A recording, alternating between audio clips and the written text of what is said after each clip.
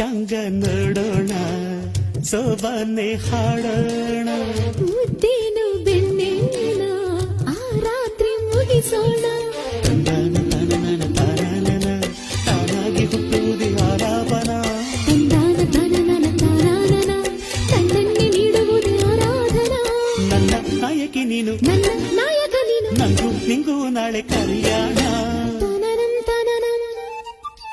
ತನನಂ ತನನಂ ತನನಂ ತನನಂ ಎನ್ನಲು ಮನಸ್ಸು ನೀನೇ ಕಾರಣ ಮನಸ್ಸು ನುಡಿದ ಮಾತೆ ಎದೆಗೆ ಮದುವೆ